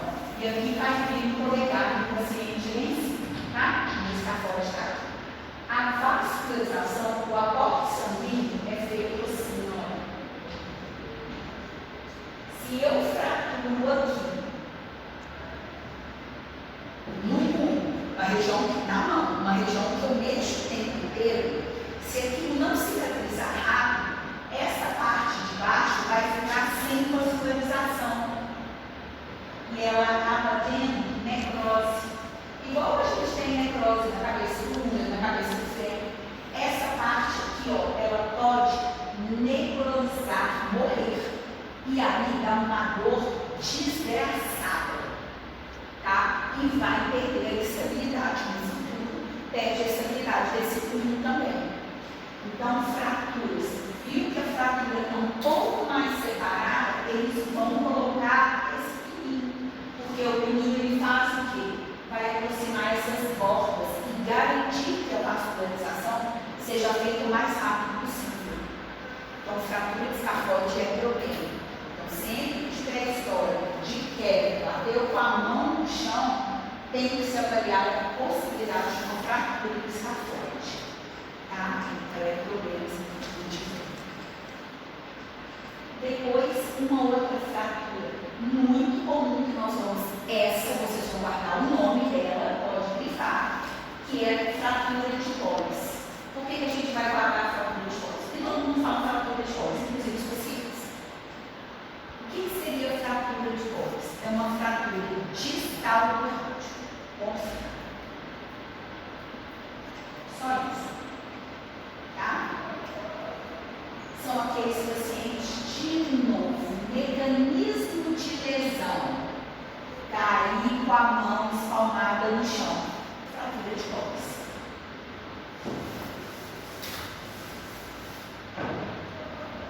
E aí eu vou ter esse padrão de fratura aqui, olha. A fratura de pólis é uma fratura que, diferente daquelas fraturas que a gente viu no número, que separa muito, ela não é muito assim. Ela vai dar a impressão que o osso entrou dentro do outro. Lembra lá no número, quando eu falei com vocês que a cabeça imediata, se ela entra, porque eu impacto assim, então isso sobe. A fratura de pólis é a mesma coisa, eu caio assim. Então, quando eu faço esse impacto e esse peso do meu corpo está vindo, vai fazer exatamente isso, olha, dá a impressão que o osso entrou um dentro do outro. Olha aqui. A gente é muito difícil ver aquela linha de fratura, fragmento, cada um para um lado, não é comum. A gente vai ver um serrilhado, como se o osso estivesse entrando dentro do outro. Conseguem ver? Nessa Ali no primeira imagem, Oi? nessa primeira imagem, que é a seta azul, Aqui, ó. é aonde. Aqui, ó. Isso aqui tá. É um seriado. Isso aqui entra para dentro, ela impacta. A gente está tudo impactado. como se ela entrasse. Diminui o tamanho? Pode diminuir um pouco, mas pode. Porque ele vai. É como se eu tivesse o osso assim, o impacto foi tão grande que ele fez isso. Ele não quebra assim. Ele faz isso. É como se ele entrasse mesmo dentro do outro. Como se você pegasse um giz e amassasse o giz, ele vai compactar primeiro. É mais ou menos essa ideia. Quando você olha, você tem a sensação que o seu fica achatado. Claro que a diminuição do espaço aqui é pequena, mas é isso que acontece. Compactar o tempo todo. O número também faz muito isso. Às vezes você tem que rezar. Quando a sua avó cair e tiver uma possibilidade de uma fratura, você reza para estar bem impactada. Porque quanto mais impactada, mais estável. Imagine isso aqui. Estou aqui, apoiado assim. Se eu quebrar aqui, você concorda que você está turbando? Mas e se eu quebrar impactando? Isso tem mais chance de consolidar e ela é estável. É um parâmetro, por exemplo, para tratamento em jovens. Um jovem, se tiver fraturado isso aqui, e ela estiver alinhada, impactada, igual está aqui, tratamento conservador, só põe isso. Pessoa idosa não, a tendência é perder o contato, então Deus você vai colocar. Quer ver? Essa daqui não é alinhada, olha, essa aqui entortou. Tem problema, tem que alinhar. Tá?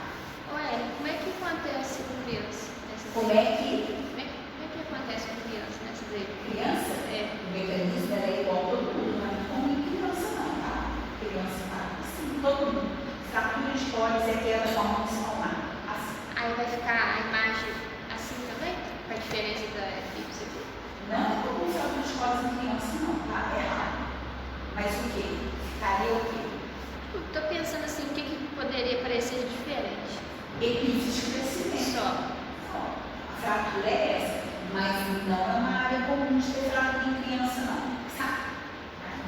O que acontece? Se isso que fosse uma criança, aonde geralmente fratura é uma epífise de crescimento. O que a gente vai ter é uma fratura da epífise, há um deslocamento da epífise. Ao invés de ter Aí esse é um cão, não, ele vai ter fratura diferente. Mas é muito raro ter fratura de cólice em criança. Esse padrão de fratura mais distal do rádio em criança não é comum a gente ver. Porque não vai fraturar o osso. Vou tentar ver se depois eu acho que vai fazer uma lesão de epífise, chama fratura de epífise. Eu mostro depois um pouquinho, já estou terminando, já tem que chegar. Outras fraturas, e aí o que a gente vai. Lembra que eu falei assim? Luxação de cotovelo. O que eu sempre tenho que procurar que pode estar presente na luxação de cotovelo?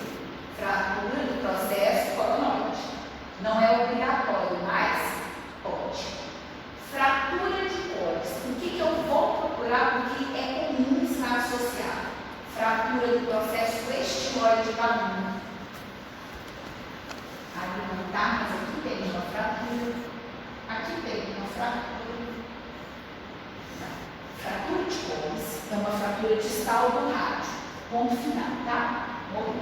Agora, é comum na fratura de cólice estar associado a uma fratura do processo estiloide da unha. Isso aqui quebrado junto, quebrou aqui, olha esse processo estiloide está inteiro. Agora, eu posso ter uma fratura isolada no processo estiloide, tá? Uma outra patologia é cair de um jeito lá, cair com uma carga muito lateral, cair com a mão muito torta e fraturou só o processo estiloide do lado. Isso pode acontecer. Tudo bem? Então, eu tenho duas coisas distintas. Na fratura de cólice, muitas vezes, essa fratura do processo estiloide vem associada, porque é muita carga, não carga.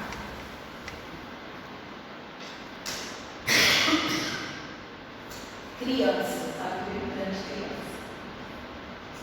Como é que eu sei que isso aqui é uma criança? Olha no exercício de crescimento, olha a parte distal do rádio da alma. Olha o tamanho dos ossos do carro, eles estão menores, um monte de espaço.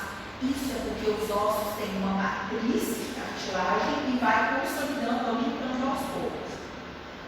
Quando a criança cai e teria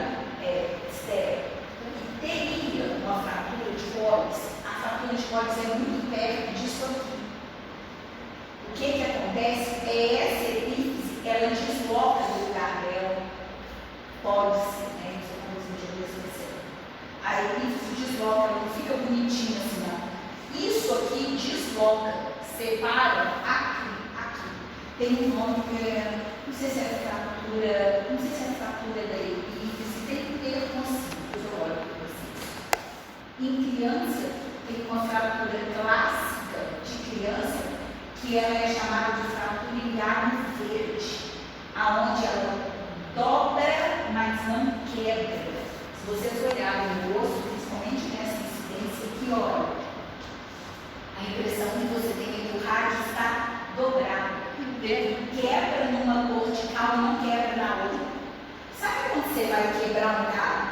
Você está passando no meio do mar. Aí tem um galho velho, pretinho lá, marronzinho. Você chega nele e faz assim, prá. Ele quebra inteirinho, não é? Prá. Aí você quer passar, mas está um galho verdinho atravessando. Você dobra ele volta. Aí você dobra até uma hora que ele faz assim. Ele despensa do lado, mas o outro lado fica firme ainda. Isso é uma fratura em galho verde, onde eu tenho uma fratura em uma região da cortical, ela separa, mas essa cortical de cá continua compacta. Então faz uma dobra, vai ficar parecendo que foi dobrado o osso. Isso é chamado de fratura em galho verde. Isso é comum em crianças, tá? Fratura em galho verde é uma fratura da criança. Adulto não quebra assim. Adulto quebra mesmo. Galho seco. Galho verde. Outros tipos. Por que isso aqui não é uma fratura de pólis? Gente, fratura de pólis é bem grossa, é bem distal, viu? É bem próximo. Assim como isso daqui também não é chamado de fratura de pólis da criança, porque está muito distante da parte mais distal. Então, isso é uma fratura do terço distal, mas não é uma fratura de pólis. Tudo bem? Tem diferença. E depois a gente tem com os ossos da mão, que aquilo que a gente vai fazer na mão já não é mais avaliar tanto esses ossos do carro. Eu quero ver os ossos longos da mão, igual aqui no pé. Então, existe uma T, eu vou ver essa mão de novo, ela está escondada, a gente avalia ela assim, tá? E eu vou ter ela no oblíqua, que é ela de ladinho. Igual faz o pé, a mão e o pé são a mesma ideia, tá? A pé e oblíqua, para eu poder ver aquelas articulações um pouquinho mais abertas. E normalmente na mão, o que a gente vai observar são fraturas, se são coisas mais traumáticas. Caiu um trem em cima da minha mão, eu estava carregando o peso caiu em cima da minha mão, alguma coisa assim, a gente pensa nas fraturas. Agora, a radiografia de mão é uma coisa que tem uma relação muito grande com doenças reumáticas, tá? Aqui são certinhas as fraturas. Okay? Diagnóstico de doenças reumáticas. Por exemplo, vocês já ouviram falar de uma patologia que chama artrite reumatoide. Não é artrose, é artrite reumatoide. A artrite reumatoide é uma lesão articular, ela forma um processo inflamatório muito intenso, forma um tecido chamado PANS, que ele vai reabsorvendo a articulação. Absorve cartilagem, absorve tecido ósseo. Tudo que tiver cartilagem, que tiver colágeno, ele reabsorve. Então, ele vai fazendo isso daqui na mão do paciente. Esse formato aqui é o formato comum que a gente teria nos metacarpos. O corpo, a base larga, aqui mais estreita e a cabeça também mais larga. Olha o formato desses ossos. A cabeça deles é completamente reabsorvida, forma uma erosão naquele osso. E aí, como eu tenho essa erosão, tanto na cabeça como na base dos que estão em cima, olha como é que a base, gente, deveria ser assim, olha a diferença, olha. Aqui também, olha aqui, não tem cabeça esse não. Isso vai fazendo uma deformação enorme nos dedos. São aquelas pessoas que têm os dedos muito pacientes pode ser que tenham artrite reumatoide. E um dos diagnósticos diferencial para saber se é o início de uma artrose ou de uma artrite reumatoide é essa diferença que a gente vê na radiografia. Tá? Aqui também ficou péssimo, gente. É porque da coloridinho o material de vocês deve estar melhor, tá? A projeção está tenebrosa. Vocês estão vendo que minha aula é bonitinha. A projeção é que não ajuda, né? Então, gente, deixa que eles se comportem. A cada cima ele tirou toda a água. A outra slide. Oi? Slide. Tirou toda a água. Apareceu aqui o negocinho, né? Não, no outro slide. Qual? Esse aí. Aparece os links, né? Aparece. Nesse daqui, acontece uma condição que hoje em dia é muito menos comum, que é gota. Todo mundo ouviu falar em gota, que é a doença gorda, que o pessoal tem tampa na caneca, tem doença de bebedouro, gota.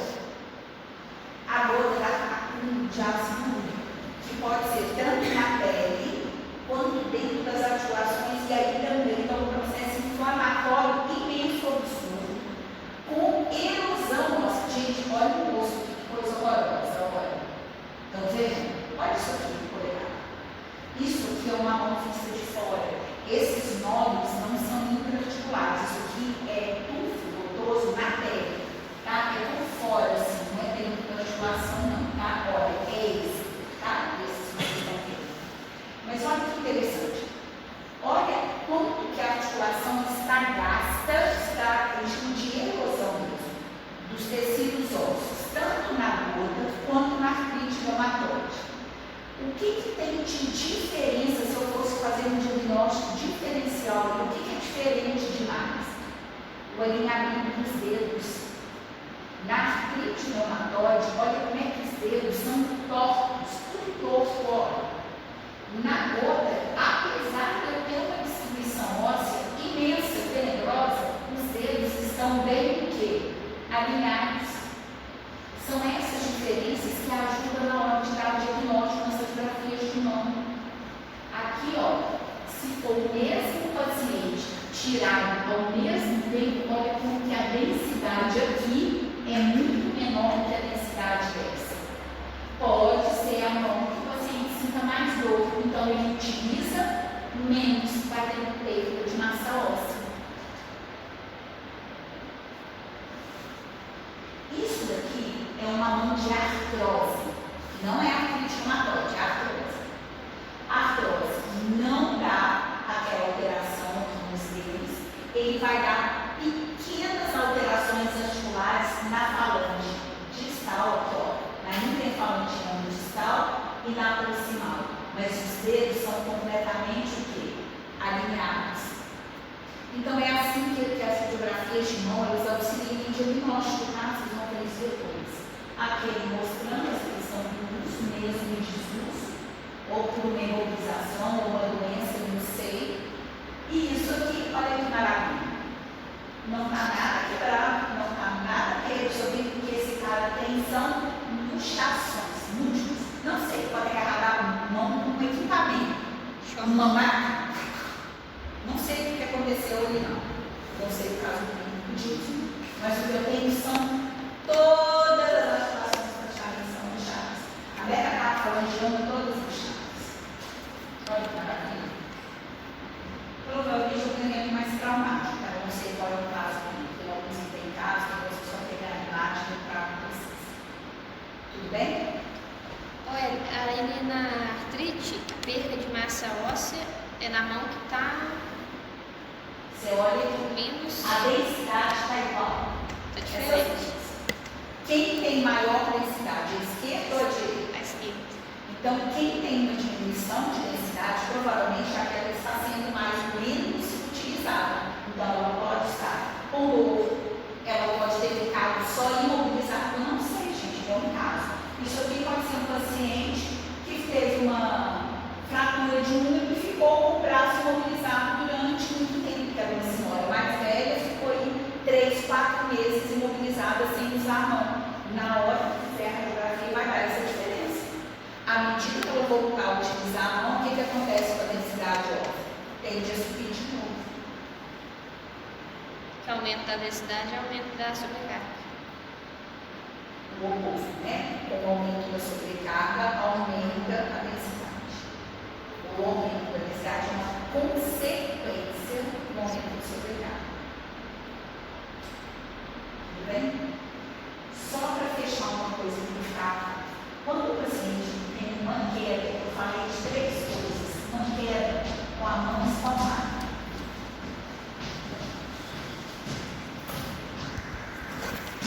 O paciente andou, escorregou e caiu e bateu a mão assim no chão, ó. Tá. Assim, assim, assim, não interessa. Cair e, para me proteger da queda, cair com a mão espalmada no chão. Sempre eles vão avaliar 3 possibilidades de fratura. Ou eu posso ter uma fratura de escafoide,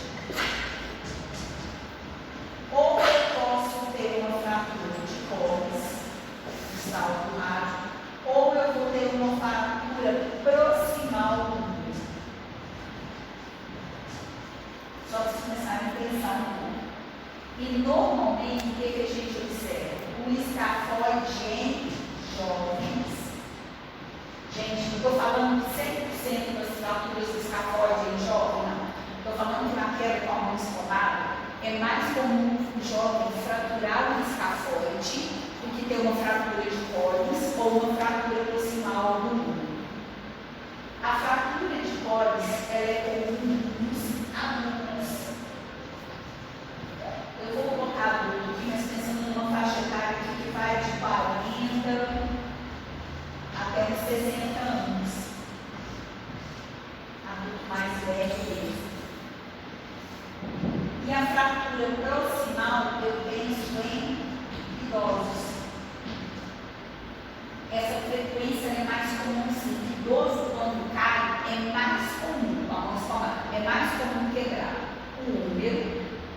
Depois ele quebraria uma fratura de cóccix, rádio, para depois ele pensar em fraturar escafoide. Sempre mais essa ideia aqui, ó.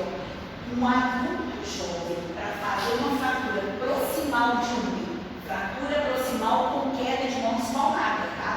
O cara tem que despencar de um andar inteiro. Essa queda boba da própria altura, assim, não se fratura, não. O osso é muito rígido. Muita carga, ele suporta muita carga. Tá? Isso aqui é importante a gente pensar, principalmente na vida prática, porque às vezes alguém conhecido nosso cai, bate a mão.